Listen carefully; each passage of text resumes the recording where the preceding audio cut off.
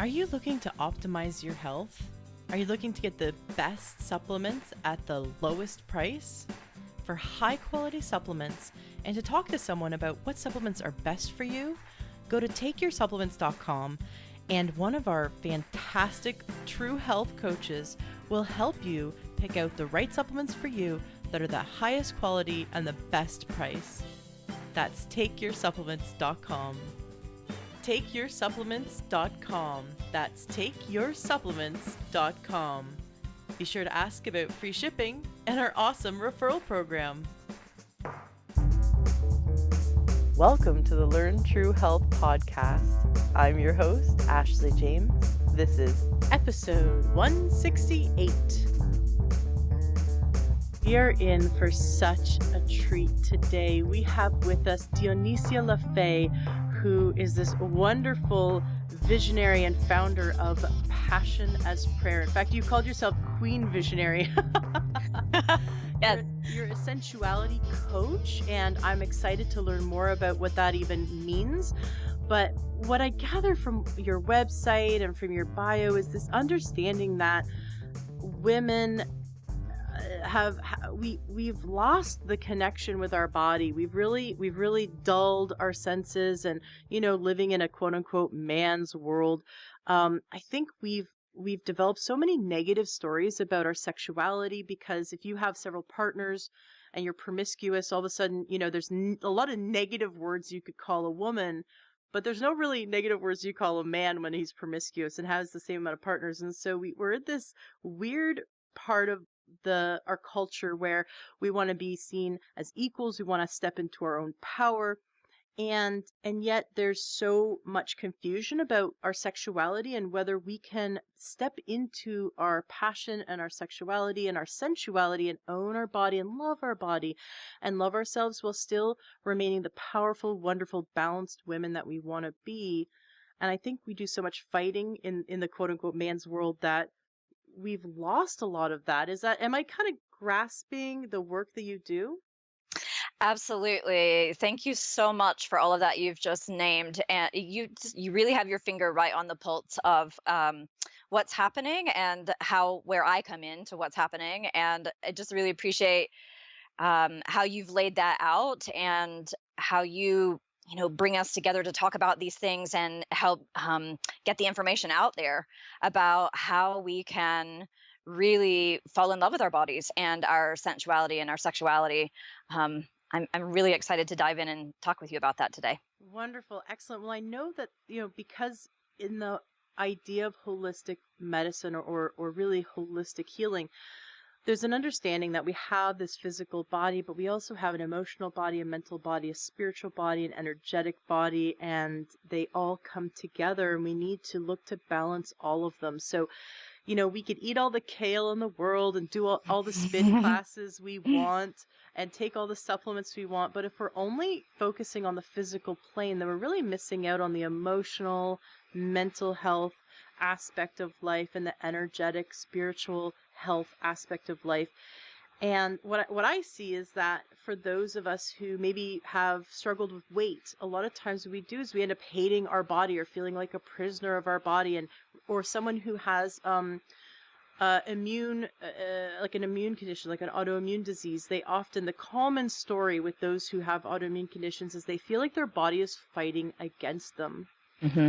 And so there's a lot of the negative self-talk and rejecting our own physical body.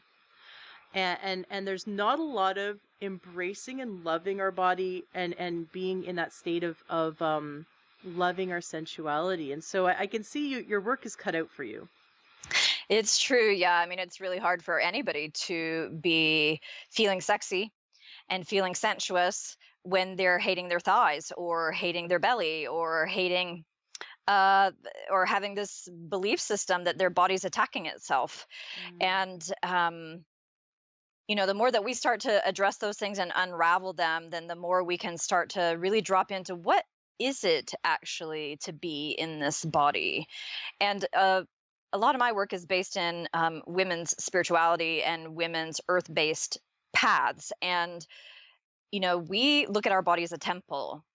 So in the same way that when I walk into a temple, a place of worship, and I want to see beauty there and I want to see cleanliness there, I want to take care of my own temple in that same way. I want to beautify it. I want to cleanse it. I want to feed it well. I want to care for it. I want to give it love, um, because it's my vehicle for experiencing the beauty that this life and this world have to offer. And it's the house for spirit, as spirit experiences this world through me.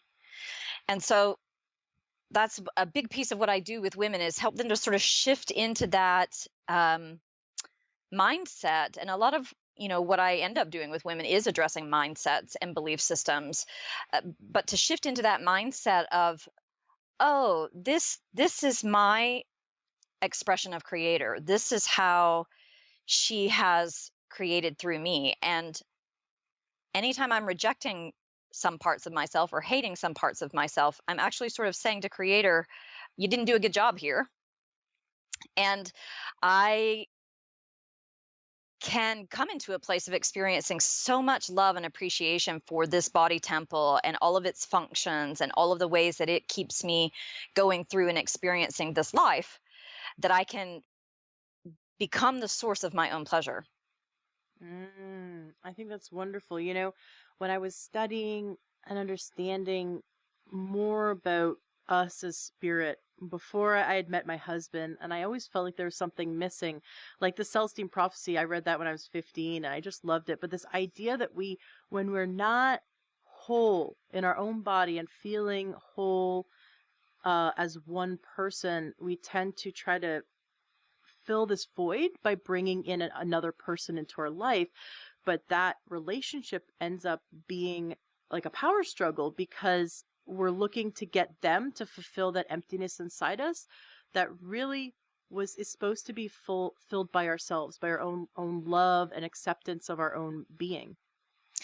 Yes, exactly. And I think we all know the pain of that situation. It's painful to be in power struggle. It's painful to not be able to express the love that's actually, hidden beneath the struggle and the suffering. And it's painful to not be receiving the love that we're longing for and desiring. And when we pull ourselves all the way back to ourselves and learn that love gets sourced here first, then when we come to meet in partnership with another, we have more to give and we're in more of a place to know how to receive. I love working with women around their bodies and their sensuality and their passion, both for themselves and in relation to their intimate other. Because as one of the most beautiful things about my work that I really love is that as a woman starts to really understand these things for herself and learn how she's um, you know, what her part of the power struggle is, what she's been doing to create it, whether that's, neediness or clinginess out of having this deep, deep need that's not been met and trying to get it met, or if it's overgiving and overdoing, um, so that she's burning herself out and wearing herself out trying to please everybody else. Um, those are just a couple of examples of how we sort of get locked into those struggles. And when we're doing that, we're not only um, participating in the power struggle, we're essentially rejecting the love that we want. We're pushing away whoever that other is who's there trying to be with us, and we get Mm. locked in these dynamics. And so one of the things that I most love to do with women, that's really fulfilling for me when I see them get it, when it lands, is to start understanding the dynamics and then unraveling them and pulling themselves back out of it all the way, like I said earlier, all the way back into themselves, and then starting to relate from a feminine receptive place, and to drop down into our bodies as a way of tapping our sexual and sensual energy to sort of shift our place in consciousness towards realizing that our senses are meant to give us the experiences of this life, with joy and juiciness and yumminess and that we can live in that place and we can be in the world from that place. Do you know, in Taoist traditions, it's recognized that our sexual energy is the essence root of ourselves. It's where we began. It's how we came into body. It's where all of our food begins. It's where all of the animals around us begin. Do you know, like, our sexual energy is the beginning place. And so when we come and circle around and land in it to start cultivating that energy in ourselves and allowing it to move in ourselves in a way that's healing those sort of power struggles in relationships and self talk and self hatred and fighting against the body, and start embracing the body and being in the body and loving the body and feeling our sexual energy and our sensual energy as um, a place to rest back into and start to understand the deeper aspects of ourselves. Mm. Is it like Kundalini energy, that energy at the sacrum, that the root chakra that we try to have work up our spine? Is that the same thing? Yes, that's exactly what I'm talking about. And there's so many wonderful practices that we can do to bring ourselves into relationship with that kundalini energy and how to start to move it in ourselves, um, with things as simple as using our breath in a specific kind of way to help that energy move, and to start to sort of understand that when we come all the way back into that in ourselves, when we can breathe ourselves down into our bellies, feel ourselves on the earth, feel um, that kundalini energy sort of based in the root chakra, and then how to start to relate to it in a way that moves it, then there are all kinds of things that start to happen. We start to, well, first of all, we learn to breathe differently. And breath is one of our major access points to our own sensations. And whether that's, old sensations that have sort of gotten locked up in there that need to be addressed or need to be dealt with old emotional patterns or trauma in the body and those kinds of things, or whether it's just sort of an overall sense of numbness and not feeling connected, then breath is a super easy, it's accessible to us all the time. It's a super easy place for us to go, and it doesn't take very long to drop into that for a practice each day to sort of come into the belly. That's a big part of the work that I do with women, is because our belly, for women, our belly is our center of power. It's our creative center. It's where we create not only life in the form of other humans, but also our creative projects and our our sense of how we relate to other. There's just so much that's held in our belly, and what we do in practice with breath and getting into belly that gives us access to a certain kind of power that women are not used to walking around with, because Mm. we have learned to associate power with masculine forms of power that we engage with every day in our lives in this culture. So our work, our drive, our ambition, our direction, our directive, our leadership, all of those things are really important. And it's wonderful that women can sort of get into that masculine essence place and have all of the opportunities in our lives that women in times before us didn't have. And at the same time, when we get sort of stuck in that energetic and don't give ourselves the space to flip into our feminine energetic, then we lose a sense of sensuousness and um, passion, even, and Mm. love for our bodies, and that deeply rooted place of creation that lives in our bodies. We lose contact with that. Right. Speaking of losing contact, this is see if you agree with me or disagree. I'd love to know your take on this. Through observing how we are and kind of taking that 30,000-foot view of our culture, it seems as though, because my understanding is that men and women, we both inside us have feminine and masculine, right? We Hmm. men have feminine, women have masculine, and that we should find that balance. And Hmm. what I feel as though, and I don't know if it's a conspiracy, but look at it from the standpoint of, if you want to control a population, um get them confused enough about themselves, so now they're kind of like just fighting among themselves, or competing among themselves, instead of Hmm. unifying and understanding their place of power. And Yes. if you get men to be confused about their femininity and women to be confused about their masculinity, then they're just going to be bickering among themselves and questioning themselves, and it's easy to control that population.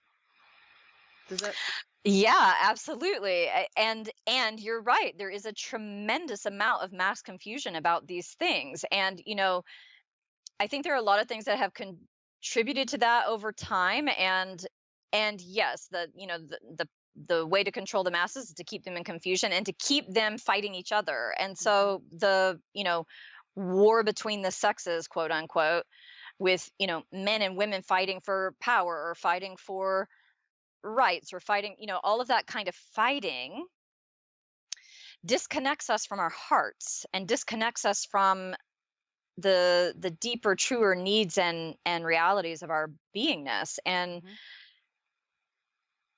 I think there's a whole lot of ways that both men and women can embody uh, feminine, masculine traits. And without getting too much out into all of the different gender expressions, because that's a real thing, just to sort of pull it down to what feminine essence is. Feminine essence is about getting softer and getting vulnerable, being willing to be vulnerable, finding power in vulnerability, um, valuing, loving, seeing love as the prize. Um,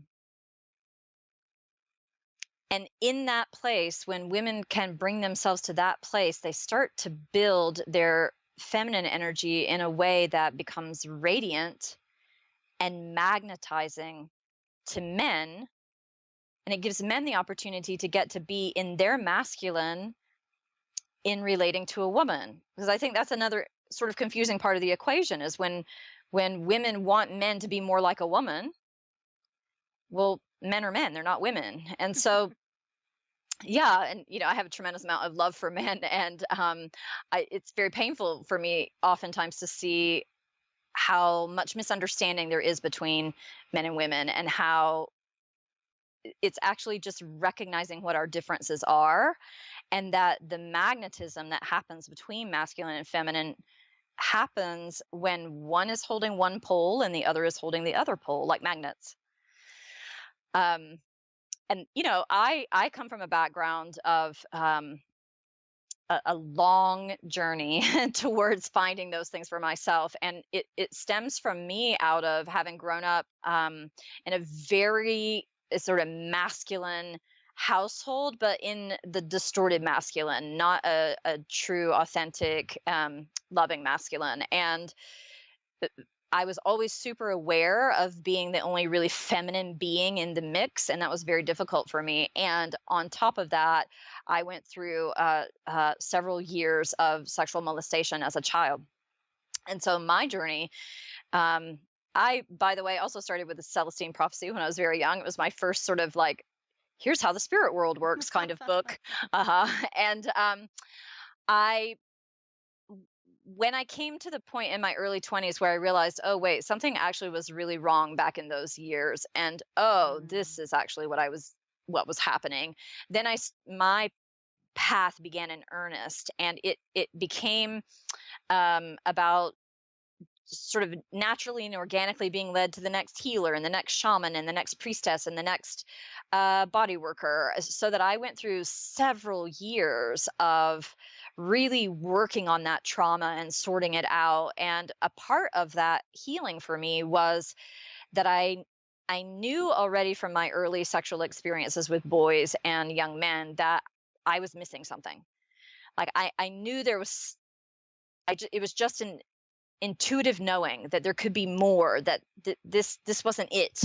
But I didn't know how to get there, and I didn't even know what that thing was that I knew it existed, but I didn't know what it was. I couldn't have named it.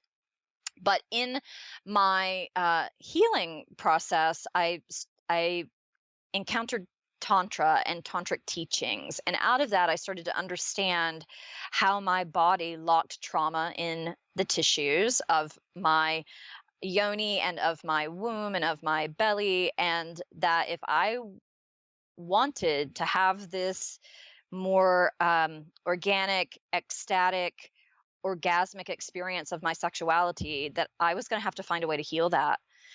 And so that's what happened for me, and it took me on this journey of several different healers who worked in that realm, who really helped me to unlock those things in my body and move them out and find the pathways to pleasure.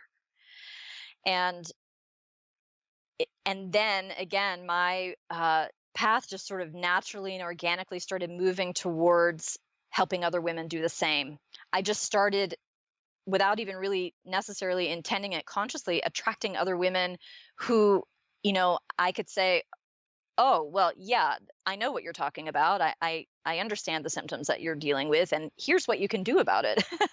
And so my work sort of naturally evolved out of that, and I have this hunger for learning and sort of this appetite for life. And I delved really deeply into women's spirituality and different studies related to that. And it just began to inform the work that I was already doing with women around their sexuality, so that it evolved into where I am now, which is sort of a very full container for being able to meet a woman wherever she's at with that and what she's really wanting to experience, and guiding her towards how to have that experience for herself.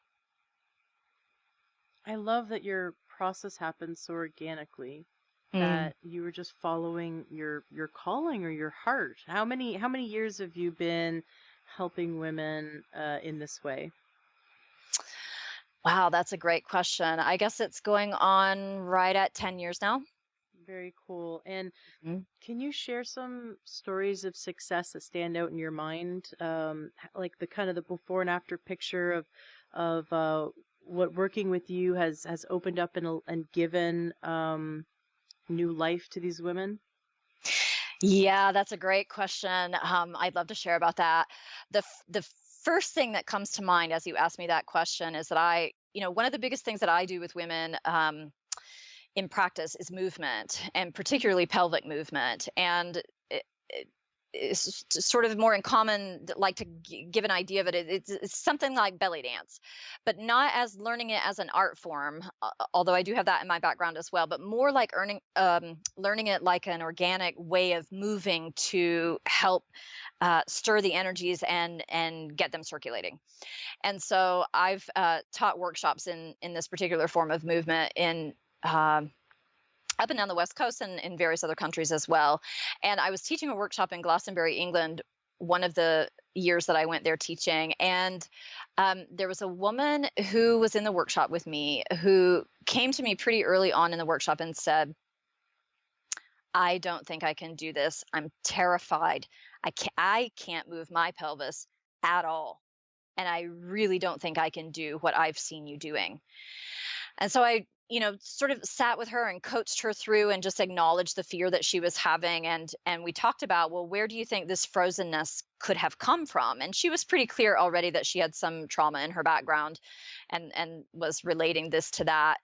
But as we kept working together and as I kept coaching her and sort of talking her through it, and reminding her at every step along the way that she had choice, that it was an opportunity that she could take or not if she wasn't ready for it. And she just sort of kept like stepping in a little bit more and stepping in a little bit more until she did take her dance. And in her dance, it just it just unlocked.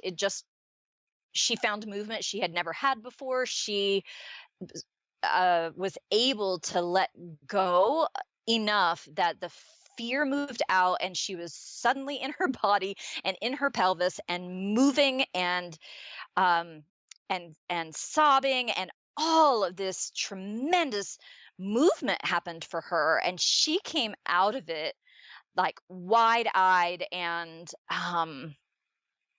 astounded at herself and her experience and all of this energy that had suddenly been freed up for her, that had been locked for all of her life up to that point.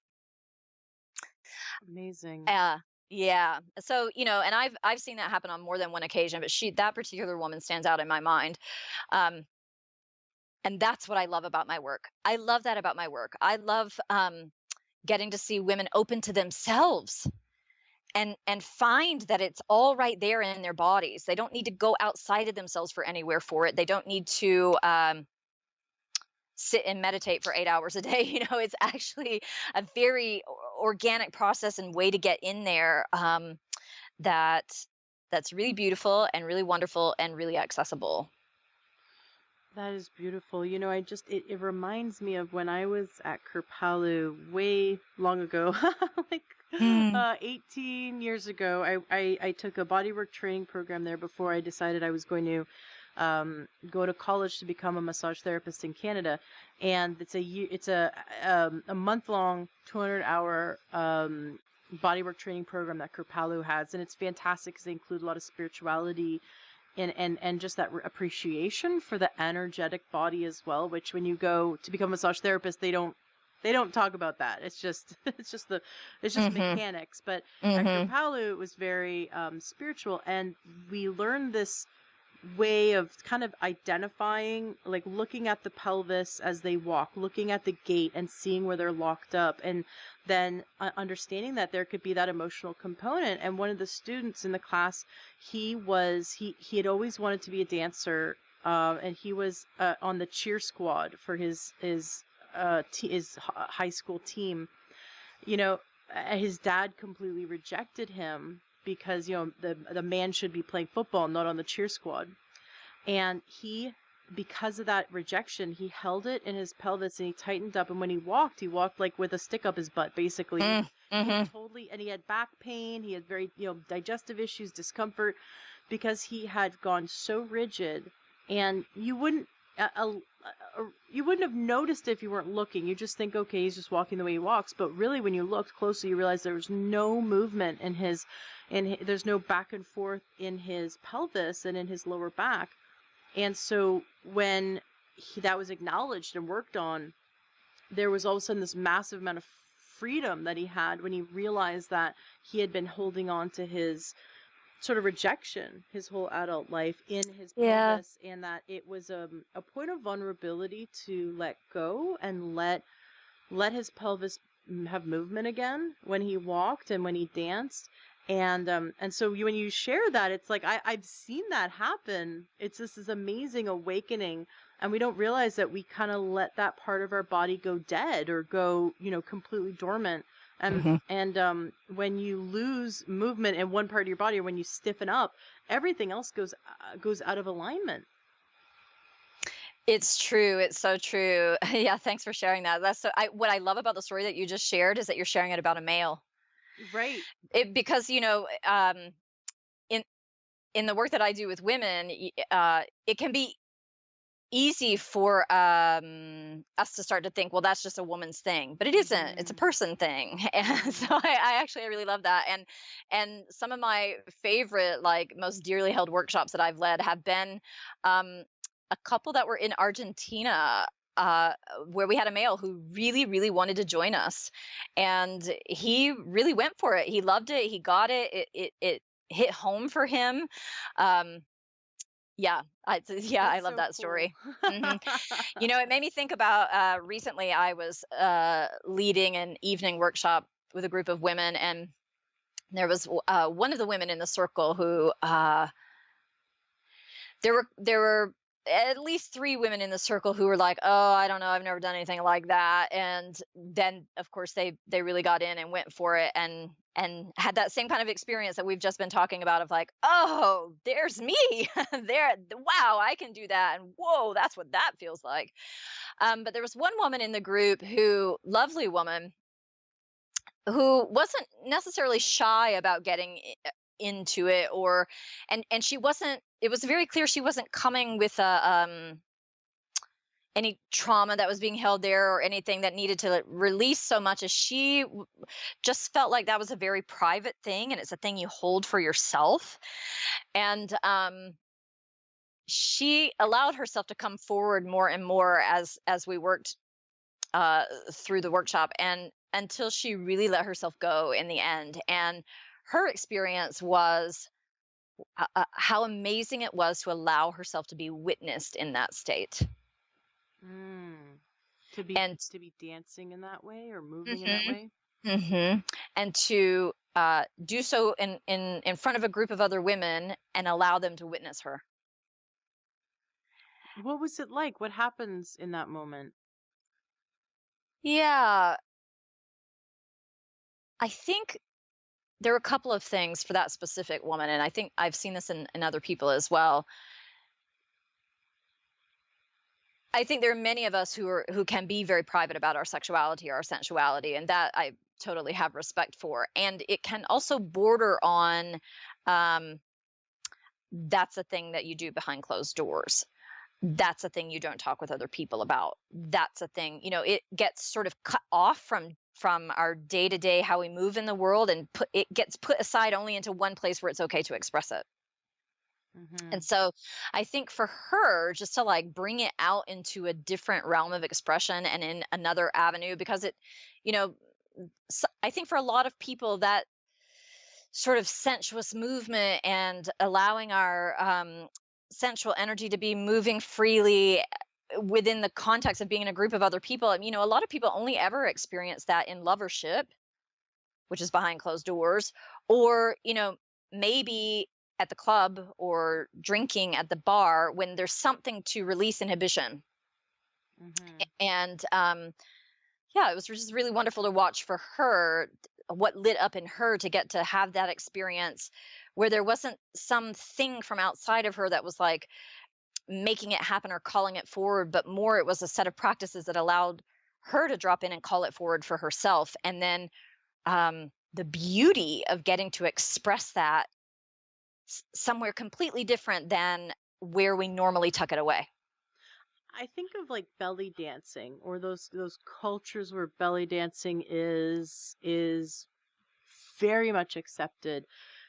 Just this weekend, I was out at an amusement park with my son and my husband, and we have a very strong Indian culture here. Microsoft has a lot of workers come from India, and so they'll bring their whole family.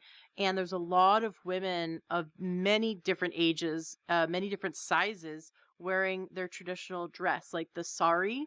And Hmm. I mean, I've seen women in the saris before, but I was doing a bit of people watching as I was sitting in the shade while my husband and my son were off on some rides. And these women, I mean, they're in this. If you look at a woman from the side when she's wearing a sari, you can see that their stomach is meant to be exposed. You're supposed to see their stomach, Hmm. and it's like, and they let it stick out. They just let it fly, and it doesn't matter what size the woman is. It is like this. You could see the way they designed the garment to be flowing and feminine, but at the same time honor their whole body, and they're totally not ashamed. I mean, they're just letting it stick out. And I think, there's cultures in which women, it's more accepted to be sensual than other cultures, and we think we're so advanced here in the United States or here in Canada or here in, the free world. We're so advanced, and then we look at these other cultures that it is accepted to be all aspects of the femininity. It's so true. Yeah, that's such a beautiful example of femininity. Actually, is how the Indian women dress, and exactly how you described it, very flowy and feminine. And the sari, the way the sari is designed to be worn, it is it. When I first saw them and first started watching with women with them, I thought, Is it not annoying to have to be readjusting it all the time and moving it all of the time?" And then as I continued like being with it and learning more and more about their culture, it's actually a part of their feminine magnetism is to be sort of like adjusting their sari a bit, and or like retossing it over their shoulder, or and bringing awareness to it and attention to it and the beauty that it creates on their bodies. And I thought that was really fascinating when I first learned that. Like, I think um, even in, and they're a really good example along with Middle Eastern cultures this way, their sense of adornment, of how they adorn their bodies, is really sensuous and beautiful. And part of it is exactly what you named. It's how it moves, it's how it flows. And when I'm working with women in workshops and in coaching sessions, that's a lot of what I'm doing is encouraging them to turn towards those things, turn towards what flows, turn towards what moves in a sensuous way. And a part of uh, my work with women when I'm coaching with them is about what they wear. Oh, interesting. Hmm. Very interesting. Because, the pantsuit. I always think Hmm. it's so funny. Hmm. I mean, I'm not one to be the fashion police myself. I'm always gonna dress in what's flowy and comfortable, but and colorful. But I just think it's funny that we have taken on this like anti-skirt. Oh, gotta have the pantsuit, and when I wear a pantsuit versus wearing a dress or wearing something flowy, I really do feel different. Like I'm taking on an archetype, a different persona. And so it's funny how our costume that we put on, because anything you wear, any garment becomes your costume, and it's sort of how we want the world to perceive us. And in imagining how we want the world to perceive us, we end up starting to think differently about ourselves or perceive ourselves differently. It's so true. It's kind of funny, actually. The point in history when a woman first put on a pair of men's pants and went to a social gathering that way, and how incredibly unheard of and taboo that was, and groundbreaking it was for women at the time. And now we're in a time where it's almost groundbreaking to wear something really feminine, Right? because we've gotten so used to the pantsuit or the business suit or dressing for the business world and those kinds of things. And okay, that has its place, but at the same time, when we want to return to our sense of feeling feminine and our sense of radiance and magnetism towards masculinity, then there's this sort of shift that needs to happen. And we know I'm such a sort of neuroscience geek in a kind of way. Like, I study that endlessly, and we know that biologically, men's eyes, when they see a woman in a bright, vivid color, that it signals something to their brain that she's feminine and attractive and even available. It can signal availability, but it has the potential for arousing desire in them. So, for a marriage or a relationship that's sort of gone stale, or isn't experiencing much passion, a woman can make a really super simple shift in that, simply in what she wears, by putting on a beautiful red top, for example. And if red's not your color, find a shade of it that works for you, or get a jewel tone blue or a jewel tone green, because they pop in men's brains, that color. And it's not a conscious thinking thing.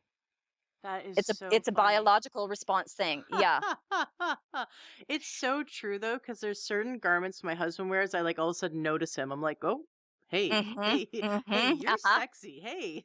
And I don't. That's great. I need That's to so like, great. yeah, I need to like start making note of what color they are, because there's just a few things he wears sometimes, and he's just sitting around the house, and also I'm like, wow, I haven't noticed you in a while, so I can see what you mean there. It's funny. Yeah, and men are really sweet that way. Like, I love you telling him he looks sexy in it. I think men need to hear that from us as much as we Hmm. want to hear it from them. And I think men are really sweet, and that they have a tendency to, then they'll wear it more often. Yeah. And so, well, what my husband has trained me is like, you gotta like, if you want them to do the dishes, like let them know that that was really attractive. Like, that when you were doing the dishes, that really genuinely turned me on. Like, just Yes. watching you do the dishes was really hot. And if you can Yes. say it with congruency, you're just doing that positive reinforcement. I mean, I'm totally being stereotypical using the dishes as an example, but if there's like something that he does and you want him to keep doing it, just give him that extra motivation. And I found that really helps. Just like, my husband said, when I don't know. When you change the baby's diaper, you're just so beautiful in that moment. I mean, if he said that to me, I'd be like, I want to change every diaper. Yeah, exactly. And that's it. That you're obviously you're living it in your marriage. Like that's the way we keep building with each other, more attraction, more Mm, desire, and more loving, and more pleasure. mm. So in a way, you're kind of like the love doctor. Yes, in a way, it's kind of like that. Yeah, it's my mission actually. What's true, laughter aside, is that my deepest heart's mission is to be in service to opening up more love in this world in any way that I can, and I'm passionate about doing that with women around loving themselves and generating the kind of love in their relationships that they want to experience. Wonderful. That's really beautiful. Now, you had mentioned the word tantra before, and I know some of us might not know what that means, or maybe we've only heard it in the context of like the Kama Sutra or something sexual, or a sexual position. But there's a totally tantra is kind of taken out of context, I think, in our culture. Can you explain what you mean by tantra from the standpoint of the work you do with women?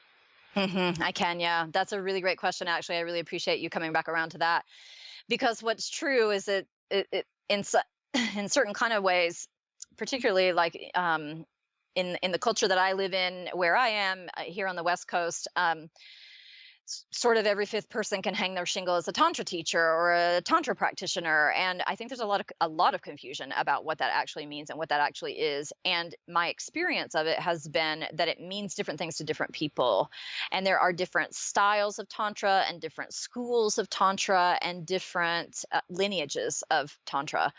So tantra has an origin story, it has a lineage story that goes back to India. In such a It's been around for for such a long period of time now.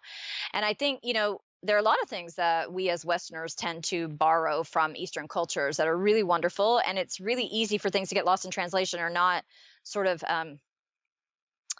brought down to the essence of what they are.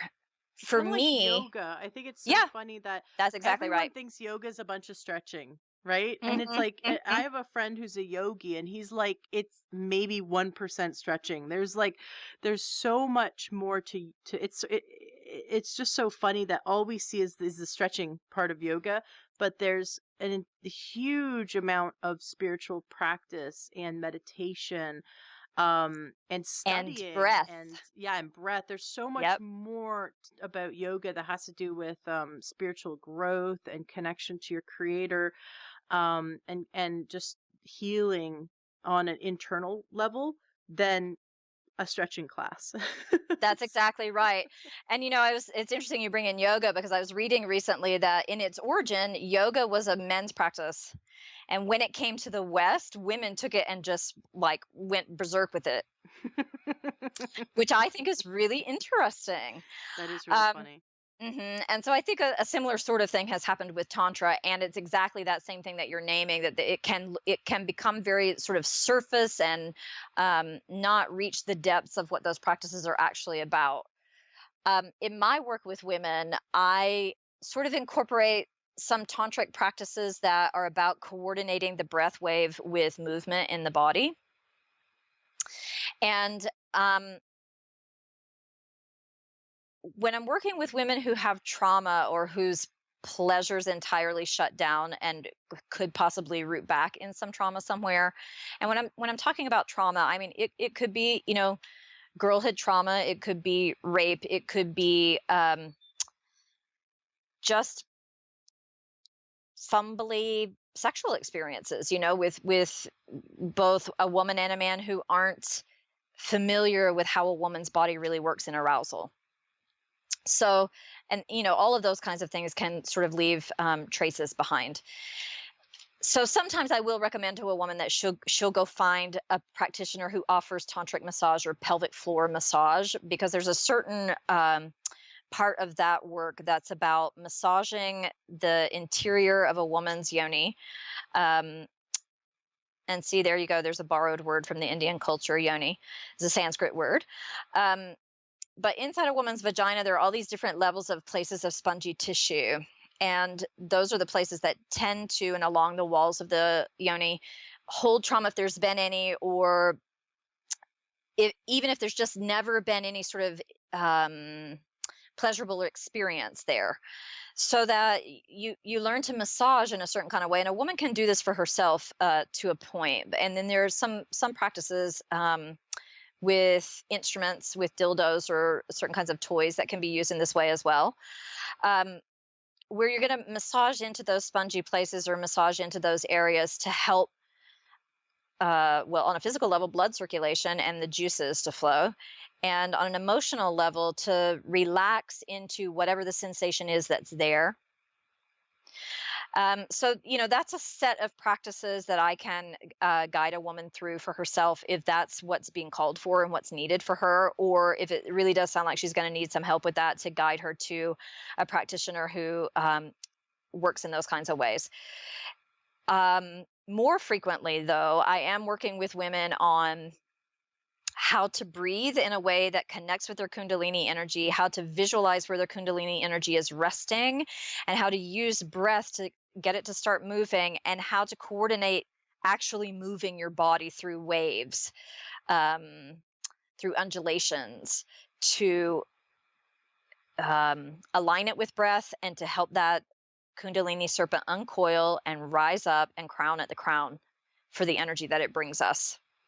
Because ultimately, we want our sexual energy to be fully spread throughout our bodies and not centralized or localized in any one place. And that's where breath can really come in. And that's sort of another tantric practice that really helps with that, is learning how to breathe, generate sexual energy in the place where you can feel it, and then how to use your breath to move it out to even the far extremities of your body. Because that's where we start reaching towards the capacity that a woman's body has for orgasm and pleasure. What I thought was really interesting when I learned more about Tantra ever so long ago, that they had a belief that the same energy, the same sexual energy that sort of rests at our seat, or our root chakra area, that energy, when we learn to move it through our body, through using our breath, like you said, and movement, like Tantra, that it's the same energy we use to dream. And they had experiences where, when someone sort of used up all their sexual energy, maybe in with a partner, that they had lost the ability to connect to their dreams. And those who built up and maybe were abstinent, but because they were working with their own tantric energy, ended up having amazing, wild, vivid dreams, because they were keeping that energy and cultivating it and moving it inside themselves. So I thought it was really interesting that they had found this connection, this correlation between growing your tantric energy and being connected to it, and the ability to be aware of your dreams. Have you ever heard that? Do you know, I haven't? That's fascinating. I actually really love hearing that. It's Yeah. exciting to me. Yeah, that actually makes perfect sense to me. No, because like, coming from my background in Reiki, when you study Reiki, you become the vessel of energy, and you don't become the creator. So you're not just putting your Mm. hands on someone and then giving them your energy. You're just being the straw that energy gets to move through, like universal energy moves through you. You're just the the funnel, basically. And so when you learn to cultivate your tantric energy, or your sensuality, and then you have intercourse with your partner, um you don't want to just, like, exhaust all your energy. You'd want to figure out a way to have that back and forth, and build it and build it and build it, instead of exhaust it. Because they also had this belief that it was related to this energy was this chi was related to our longevity as well. Our life force. Yeah, Yeah. absolutely. And this is one of the things that I think the teachings of Tantra and the Taoist sexual teachings share. They have quite some similarities. And that's one of the pieces, is that our sexual energy actually is our life force energy. It's our chi. It's that very thing that I was talking about earlier, that it's where we come from. Do you know, like in the beginning, a sperm and an egg came together and fused, and that's the spark of life that began us. And Hmm. so then, cells began to divide, and more cells divided, and then we became, you know, an embryo, and then we became a fetus, and then we became, and cells have continued dividing and creating and dividing and creating, to be these bodies and these fully grown humans that we are now. And the energy in those cells, the energy that creates that cell division to happen, that and to regenerate and to keep growing, that is our sexual energy. It's what we come from. And when we feed ourselves with beautiful foods, we're also eating sexual energy. Like, think of like how juicy, how yummy a juicy pear is, or a juicy peach is, and what it is to like bite into one and feel the juices run down your chin and down your fingers and down your arms, and how luscious an experience that is. You're eating the sexual energy of that peach tree, of that pear tree. You're reminding me of the author Sark. Have you ever heard of Sark? Yes, absolutely. Eat She's delightful. her book Eat Mangoes Naked. Yes. I love you're reminding me. Exactly. Eating mangoes naked. That's the only way to eat a mango, like just because it is gonna go everywhere. All the Right. juice. And you might as well enjoy every last bit of Yeah, it. I'm definitely plugging Sark if for a listener who hasn't heard of her. I love her work, and it was she did her painting and her writing as a form of healing after sexual trauma, sexual abuse, and so it's all about this like rediscovering herself. And so eating a mango naked is exactly what you're describing. It's like get into it, like let the juices flow, eat that mango and totally let it be a sensual act of and let Mhm. it be fun. And I can see how that would like be very freeing. Now on your website you mention authentic sensual expression. Mhm. What's the difference between authentic sensual expression and what we're doing today? Like, Ah. women who put on their stilettos and put on their red lipstick, and Uh-huh. are they authentic in their sensual expression, or are they using sexuality as a tool or as a weapon to control people? That's a great question. And I think the answer to that question is that it could be both, actually. I mean, I think for some women that is an authentic expression for them. What I mean by authentic expression is, does this feel real for you?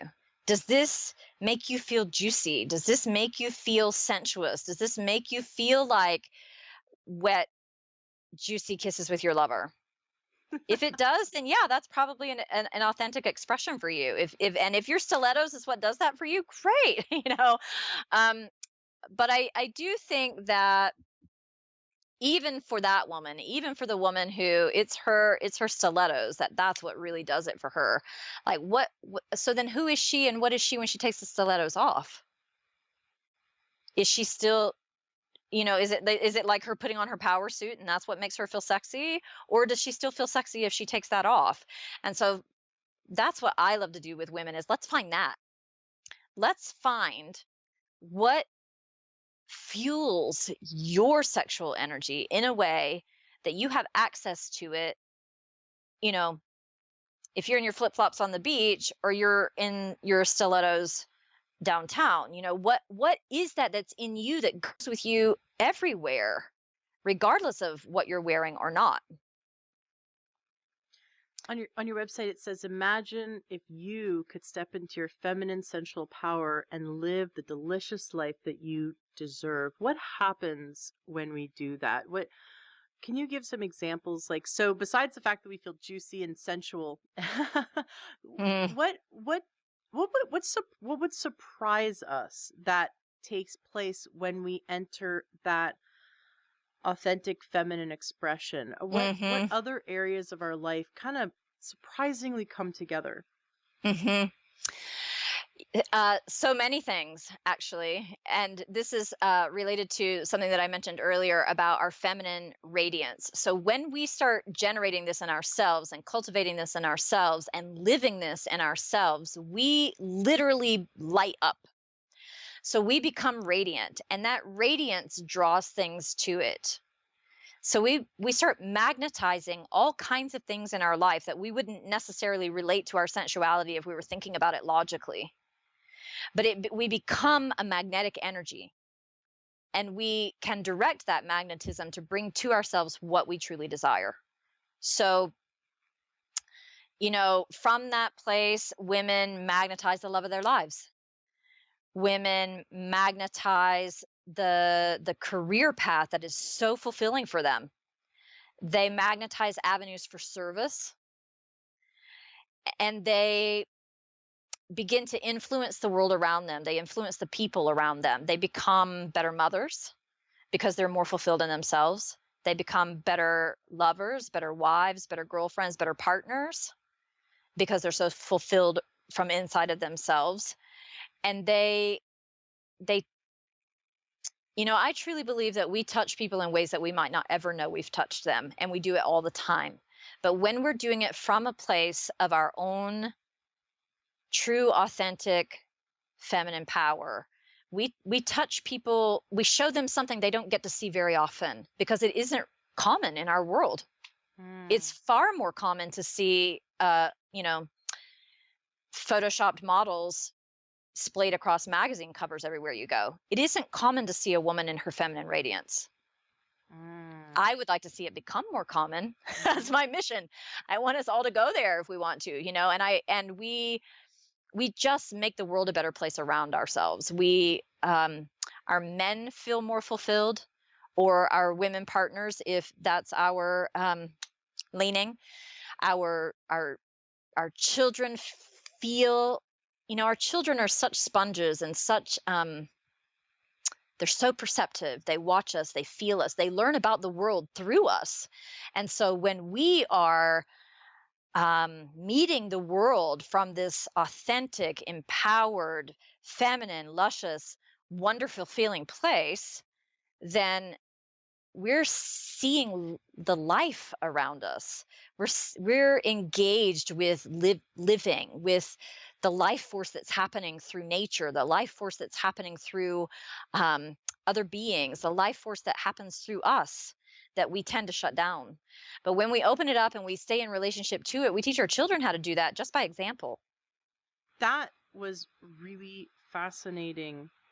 Just on how many levels that we can use this, like thinking about, like you said, that children observe us. Hmm. It's so true because we learned about sexuality in Hmm. part by observing our parents and how they interact, and observing all of our family members. And that was those were our first teachers when we were That's right. children. And so if our parents had a really negative relationship or maybe got divorced, we might have unconsciously learned how to communicate with one another, both unconsciously and consciously, through what was modeled to us. Absolutely. Yeah. Yeah. So I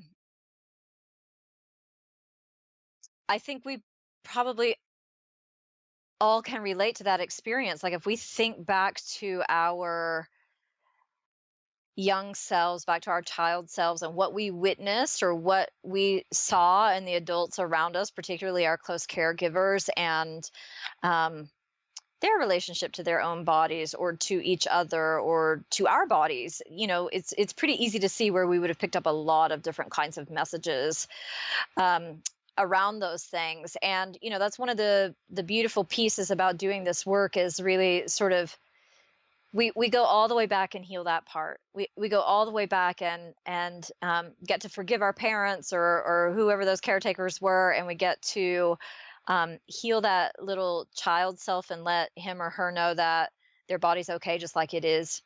There's no shame in being in a body. And yeah, I mean, there're just so many really wonderful effects of embracing our sensuality and learning to live from that place in ourselves, including those pieces we've just talked about, and coming back from the chronically being on the brink of burnout. So we live in this really fast-paced world in a way that pushes us and pushes, and we drive and we drive and we push and we push. um I see this a lot in single mothers, for instance, or in households where both parents are working full-time jobs, and you know just learning to sort of sit back into this place helps us to learn a higher degree of self-nurture and self-care, in a way that we don't have to live in that sort of chronically amped up state of agitation. And that is happening so much. You think about people that go postal, or Uh-huh. that the fact that we Yeah. even have in our modern day society have the terminology "go postal," Right. just Yes. we have that Yes. saying in our culture, and the amount of road rage is just crazy.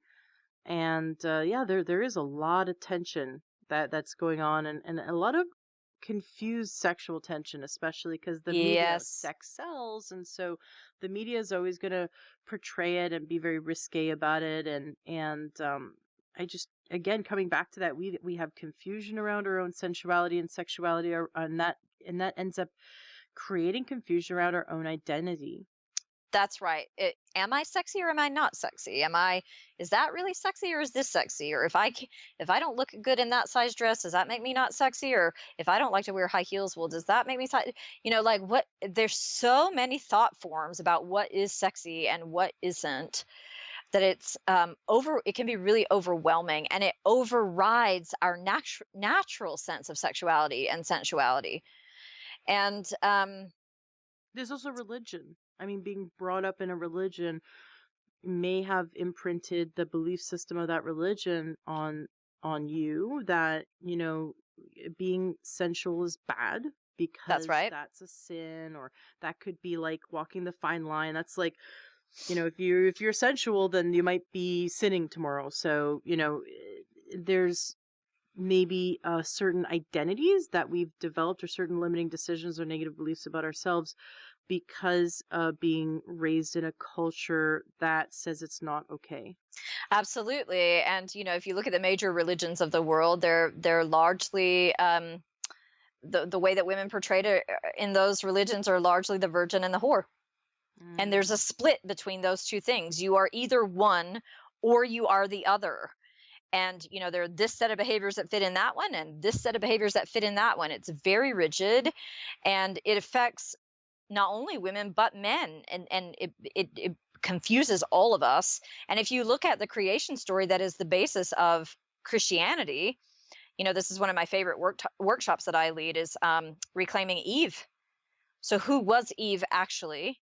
If we take her out of that creation story and really look at what was happening in the time period on the planet that it was written, and we look at how she was vilified. Mm. And that's where our culture, that's where that's what Western culture is founded on. Mhm. Mhm. I'm so into Game of Thrones right now. I think almost everyone is, and I just want to be like Khaleesi. I mean, that to me is I want to be the mother Uh-huh. of dragons. Uh-huh. Uh-huh. Uh-huh. Why? What's appealing to you about that? Oh, well, I mean, just she's stands in so much power, and she's not going to take crap from anyone, and there's no question of her femininity, and she kind of is this conqueror in a sense. She's going to take what she wants, and I've never seen her persona as masculine, but you could put a man in her place, and because she's a conqueror, she takes what she wants, she takes the lover she wants. Um but she just has this way about her. The character has this way about her that it just seems very, you know, at the same time gentle, because she's willing to stop and listen and consider other people's opinions. And so there's I think it's a balance. I don't know, what do you think? Yeah, I mean, I think a lot of those characteristics that we're talking about are sort of considered masculine characteristics, and when she can allow herself to stop and to listen, then there she switches into her feminine, and um, I do think there's power in choosing to take a lover when we feel like it and when we want to and how we want to. And um, I think there's she's actually a great archetype of Mm-hmm. that particular kind of woman power. Mm-hmm. And I think there are ways that women actually can live that in themselves and live that in their relationships that will get them what they want, and not necessarily the spoils of war or the, whatever next thing they want to take over, but more um, back to that place of magnetizing what you want. Oh, we all want to magnetize what we want. I think that's a beautiful way of saying it. Wonderful. Well, um, I'd love to get into you teaching us some exercises. Was there anything that you wanted to say to wrap up that last conversation before we move into some exercises? Well,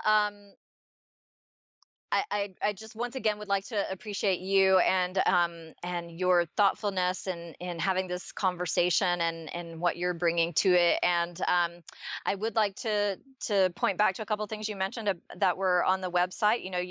People can go to the website there, passionisprayer.com, and see my online course that's available and how to get in touch with me for a free 20-minute consultation about coaching services.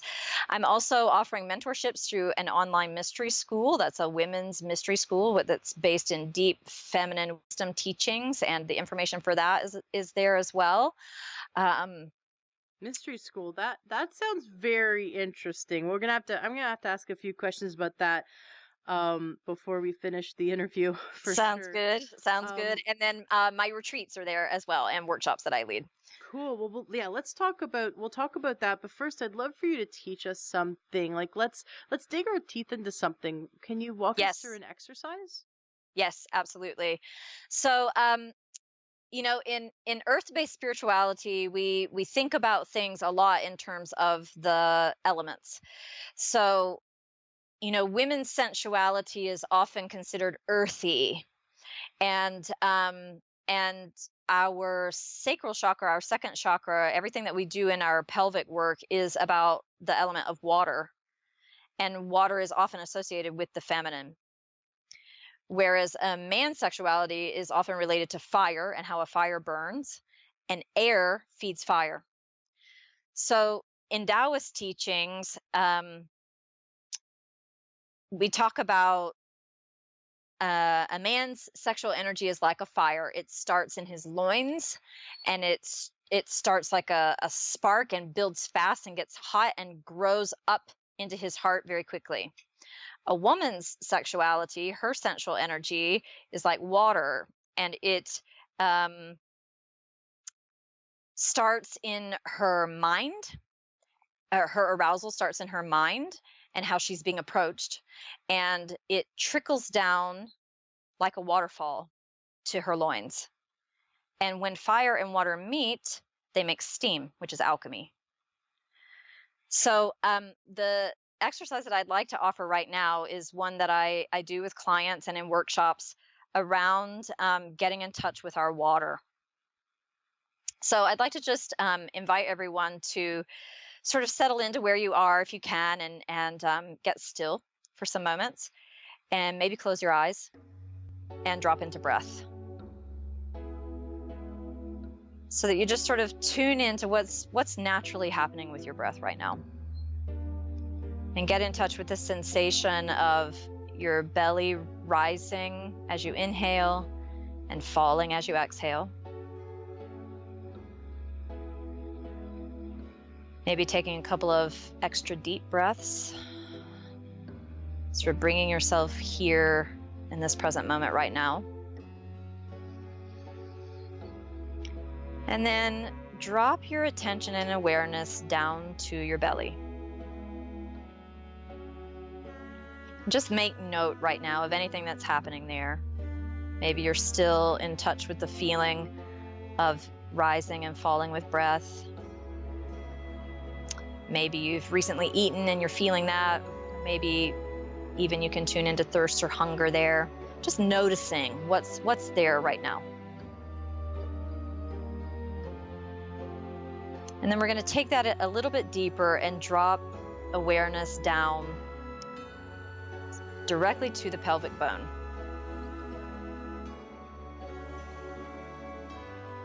And then down into your labia and into your yoni.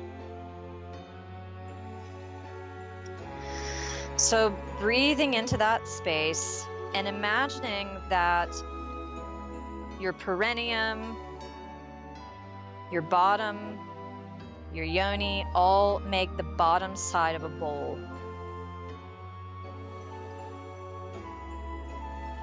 And that bowl now begins to fill with water.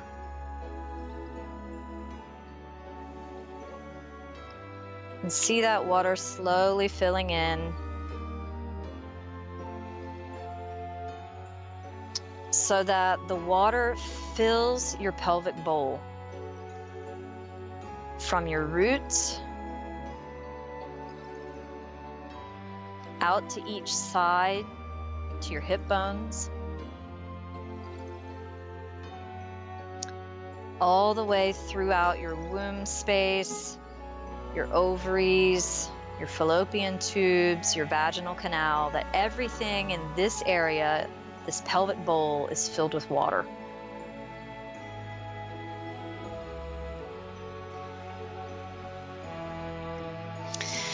And imagine that you can connect your breath with that water. And if you're in a position where you can place your hands on your belly, I'd encourage you to do so. So you're there with the container, with the pelvic bowl, holding this water element there. And as you continue to breathe deeply, imagine that you can use your breath to encourage that water to rise up your backside. Up your back, up your spine.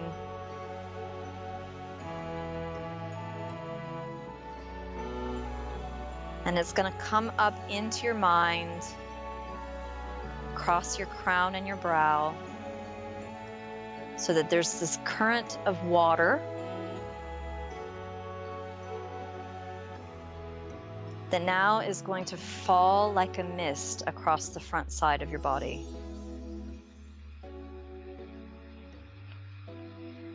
And this stream, this current of water energy flows naturally and easily up your backside, filling your mind, filling your crown, filling your brow, and then falling down your front side like mist.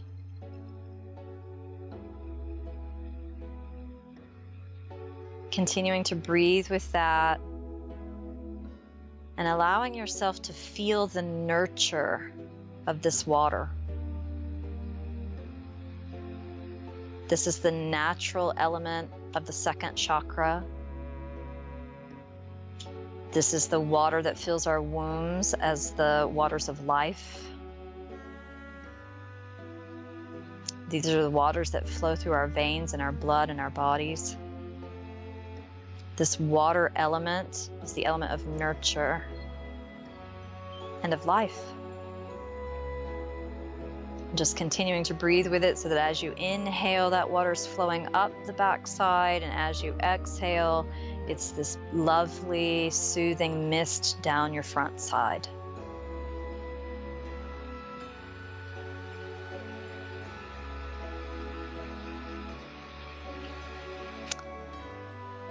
And now slowly and gently, just allowing all of that water to sort of settle back down into the pelvic bowl, so that it pools in your belly,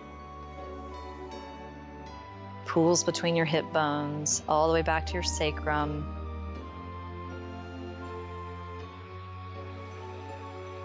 And just taking a moment now to feel that, and to notice how that feels for you. Whether it ever occurred to you before to see water in your belly, to tune into the element of water that naturally resides in your belly.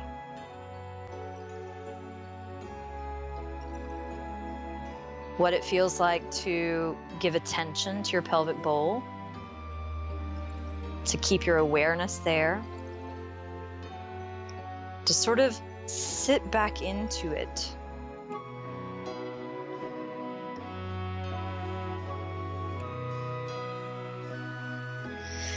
And then taking another deep breath in and out. And when you're ready, wiggling your fingers and toes and opening your eyes. So this is a small practice. As you can see, it doesn't take very long. I find that most women enjoy it. They experience it as soothing, and it's the natural element of feminine energy. So it's really a soft nurture place to come into. I found it quite relaxing, and it was fun to feel the awareness of the energy and shifting the energy and imagining the whole pelvic floor as this bowl. My Pilates instructor kind of has me do that, and when she taught me how to sort of imagine the womb and everything in it like a bowl, and then when I walk, to make sure that that's like the bowl, like don't let the bowl slosh, so don't like tip it forward or tip it back too much, and just have that nice center of gravity. And so I like that visualization, because all of a sudden now I become aware of this whole area that we're sort of taught not to be aware of. Yes, absolutely. That's a great practice. I love the one that you're just describing with your not tipping, so that you don't spill the waters. And it's a great visualization for pelvic work for sure. And hmm it reminds me of, or this whole conversation reminds me that what's happening in today's society is girls, young girls, even prepubescent girls, are being, in my opinion, too early in their development, being encouraged to be sexual. And so they're getting like 7-year-olds putting on makeup, and I mean, not that there's anything wrong with makeup, but that what they're teaching young girls is to, well, the Brat dolls. So Yes. yeah, it's sort of Yes. like, since when does a 7-year-old play with a, well, I guess you could say Barbie, but it just seems way more promiscuous and kind of in that realm of pedophilia, when we're getting our youth to be interested in something that maybe back when I was a teenager, that's what a 16-year-old would have been interested in, or an 18-year-old girl would have been interested in. Now the 7-year-old or 12-year-old girl is interested in doing, and it's very common that they're doing the same, they're dressing the same, or acting out the same things that a much older girl would have been doing when they're coming into their puberty. Absolutely. What This do is you? actually, well, this is a big issue that you're talking about. Yeah. And and in a certain kind of way, 12 is the new 16. And it's it's a byproduct of our culture and the over sexualization of women in general. And it is, in goddess spirituality, we talk about the sort of different faces of the goddess and different stages of the development of womanhood. And those stages are maiden, lover, mother, queen, and crone.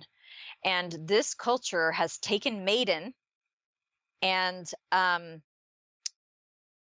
made her like the ultimate grail of sexuality.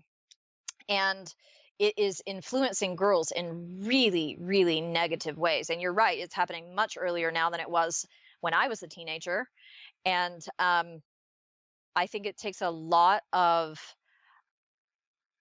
attentiveness from us as parents towards those girls, and as community members towards those girls, to sort of help guide them through that. And I know with my own daughter, who's 18 now, I sort of saw it like weeding out a garden. Like, she would come back from school or from other people's homes or from places she had been with all of these sort of ideas about, you know, her body or sexuality, and just all, sort of weeding those things out all along. And she grew up in the goddess temple, so she is accustomed to being around sexuality being a wonderful thing and a beautiful thing and an expressive thing, but this sort of like distortion around it Hmm. where maidenhood is sort of taken and made into something detrimental to girls and detrimental to boys. Right. And yeah, I mean, it affects both sexes across the board. It makes boys think that girls are something they're not, and Hmm. it destroys relationships and the ability to develop intimacy and or true intimacy. And I think girls are. It isn't new in our culture to be looking at teenage girls having sex at very early ages, developing eating disorders around their issues with their bodies, and this is just sort of the next expression of that, almost like on steroids. It's really sort of a dis-ease in the mind of this culture, and we have to be vigilant about watching our girls with it. I think you hit the nail on the head when you use the word distortion, because we're often looking at our sexuality through that distorted lens, and I think that it comes down to, and you probably do this in your workshops, but looking at our own belief system that we've built around our body and around sexuality and around men and around women and around what it Hmm. is to be a woman at whatever age we are in our development. But to look and see, am I distorting this? Is my belief system reality, or have I taken on the culture's belief system, or a religion's belief system, or my parents or my grandparents' belief system? Is this really my belief?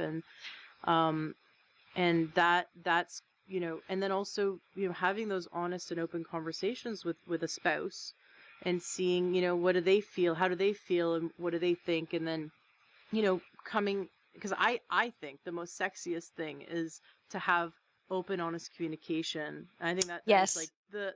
the most intimate and sexy thing you can do. And so having that open, honest communication with your partner, and learning how to have healthy communication, and healthy emotional, like, stability and communication in the relationship, and that leads to the best sex ever. Absolutely, because communication is lubrication. That just is how it works. And yeah, and I think we as women can really sort of, that's a place where we can be the leaders in our, um I I love seeing each person in their relationships know what their place in the relationship is, what their role in the relationship is, what their how they sort of create this wonderful exchange of energy going back and forth between the two in a way that really serves both, and serves the growth of the other and the happiness of the other. And communication is just such a huge key in that. And yeah, talking about belief systems and looking at, am I living out what I believe, or am I living out something I've taken on from somewhere else? Those things can be super insidious. And yes, I do work with women in my workshops on, sort of seeking those out, and in my coaching practice. And one of the things that I like to say to people is, well, you can know those things by looking at your results. What are your results? What are the results you're getting? Do you feel fulfilled sexually? Do you feel comfortable in your own skin and happy in your body? Do you feel like your lovership is a true expression of you? And do you feel um, your heart engaged with your lover in your lovemaking? Do you feel like the other person is happy in your lovemaking? It's like it's those things are just such accurate reflections of where we are inside of ourselves. Mm. It's so we could go so many directions with this, and it's fun. It's kind of like this sweater with this little thread poking out, and we pull pull the sensuality thread, and see how much of that sweater unravels, because it's Uh-huh. connected. It's ingrained so deeply in our culture. It's connected to how we communicate and how we view ourselves, and like you said, sensuality, sexuality is what created our life, right? So Mm. um and it's always in the media. It's just we're just completely bombarded. And I think I've almost gone numb. Like it's just you get banner blindness around ads. If you Yeah. see too many Hmm. ads, you have banner blindness. I have like sensuality blindness. Like I am so bombarded with it that I've almost become numb to it. And so it sounds like your training almost helps people become resensitized to what actually sensuality is instead of that distortion. That's exactly right. And I think we become numb to it because the or we sort of tune it out because it isn't actually sensuality that's being presented. It's that whole distortion that we've been talking about that's being presented. That's the thing that we're being bombarded with. And that that is what I'm doing with my work with women is let's find you in this. Let's find what's real for you. Let's find what's true for you. Let's find what feels good for you. Our life is supposed to feel good. We're meant to have joy, and we're meant to have pleasure, and we're meant to be expressive and creative, and yes, of course, there's the other end of that feeling spectrum, and our sensuality can wrap around that too. They're just there's just so much in the out there that isn't an accurate representation of the depth of what we can find in here. Mm, I love that. It's so true. Yeah. In church that I go to, the minister says when at a certain point in the service, he says, close your outward eyes, close your eyes to the outward world, and then look inward, almost to say like, don't closing your eyes doesn't cut you off. It opens you up because Yes. we're now turning inward, and that world is so much deeper turning inward than looking outward. And I'm always amazed when he uses that as a way to start a prayer or start a moment of silence, of meditation. That's really beautiful. Yeah, it's just like the practice that we did a little bit earlier, a lot of the practices that I'm encouraging for women and guiding women in is how to come back into ourselves, back into our bodies, back into our feelings. And the more that we cultivate that as a practice, the more we build the ability in ourselves to do so, and then we have access to it in any kind of circumstances that we're in. We can always go back to that place inside of ourselves, and it doesn't mean that we're shutting the world out. It just means that we're coming back into what's true in the here and now right here. um and our bodies have so much wisdom and so much knowledge and so much to offer us in the way of what's really true for us. I think these things that we're talking about, these kinds of outer world messages, and what we see happening in culture and what we see happening in the lives of others, can generate a lot of confusion in our minds. It is confusing, and we've grown up with all these mixed messages, and we continuously see mixed messages, and what's true is that those are things of the mind. But Mm. when we come into the body, when we come into our womb, when we come into our belly, she knows. There is Finding no that truth. mass confusion there. Yes, finding our truth, and you can really feel that when you come into Mhm. your body. You can feel what's true, what's Mhm. right. Mhm. Passionasprayer.com. Is this where listeners can go to learn more about how to join the mystery school and your online courses and everything Yes. that you do? Excellent. Yes. And you have a free 20-minute consultation. So as listeners who have been resonating with this, they can go to passionasprayer.com and chat with you for 20 minutes and see if your coaching is something that they would want to explore further. Yes, absolutely. I would be delighted to speak with them and to be of service in any way I can.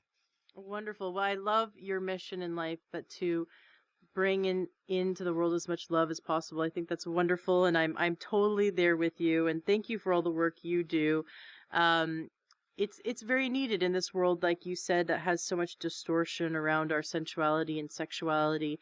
And I think that once a woman really has a healthy relationship with her body and her sensuality, then well, we won't have to go and do destructive things. I think that when we have an unhealthy relationship with our body and with our sensuality, we tend to do destructive things to ourselves. And so I can see how this type of healing not only would be empowering in every area of the life, but in every area of our life, but really would allow us to let go of those old destructive patterns. Does that also sound like something that your clients typically see? They do, yeah, absolutely. Whether that's been eating disorders, past or present, hurting themselves in certain kinds of ways, engaging in toxic relationships, not valuing themselves, not knowing their own self worth, all of those kinds of things, they just dissipate as we do this work and we reclaim ourselves. Beautiful. Wonderful. Well, Hmm. thank you so much. It's been such a pleasure having you on the show. And I just love the work you're doing. Keep it up. Thank you. I so appreciate that. And once again, I really appreciate you and what you're doing and these podcasts. And it's just so incredible to look through the list of them and see all of these amazing people that you're interviewing and putting this information out into the world. It's just so appreciate you for that. Thank you. Please, listeners, check out Deonesea's website, passionasprayer.com. And of course, the link to everything she does is going to be in the show notes of today's podcast. Awesome. Well, and I look forward to having you back the next time you have some more information to share, or as you expand and have maybe books you've published or more courses you come out with. Come back on the show and share with us. I'll look forward to that too. And it's been such a pleasure to be with you today. Enjoy what you heard today on your episode of the Learn True Health podcast. Did something move you, inspire you? Did you get great information that's going to change your life? Awesome. That's exactly what I'm here to do, is to help you gain your health back. Please turn around and share this. If this is something that's helped you in any way, share this with those you love. Love the Learn True Health podcast and want to support us? Awesome. You can go to takeyoursupplements.com and you can support us that way. You'll get access to amazing supplements that are just really great quality for a great price. And there'll be someone on the other end of the line to help you pick out your supplements that are right for you. That's takeyoursupplements.com. Or join our membership, learntruehealth.com/join. That's another great way to support our podcast, support our movement, and you'll be supporting yourself. Gain more information, wonderful videos, wonderful trainings, and you'll also be able to share those with those you love as well. So go to learntruehealth.com/join. Want something fun for free? Go to learntruehealth.com, and right there on the front page, you'll see where you can get our free cookbook. I spent a lot of time making it and it was so much fun. It's really delicious, healthy recipes. And you can also get our 7-day doctor course. Right there, it's 7 days of naturopathic videos sent right to your inbox, and you can learn from top naturopaths on how to gain health naturally. So that's takeyoursupplements.com for wonderful supplements. learntruehealth.com/join to join our awesome membership, which is only open for a limited time. You can get our free healthy cookbook, and you can also get for free 7 days of wonderful naturopathic videos sent to you. Just go to learntruehealth.com and you'll see it right there on the front page. Thank you so much for being a listener, and thank you for sharing and helping others. Let's spread this information and turn this ripple into a tidal wave.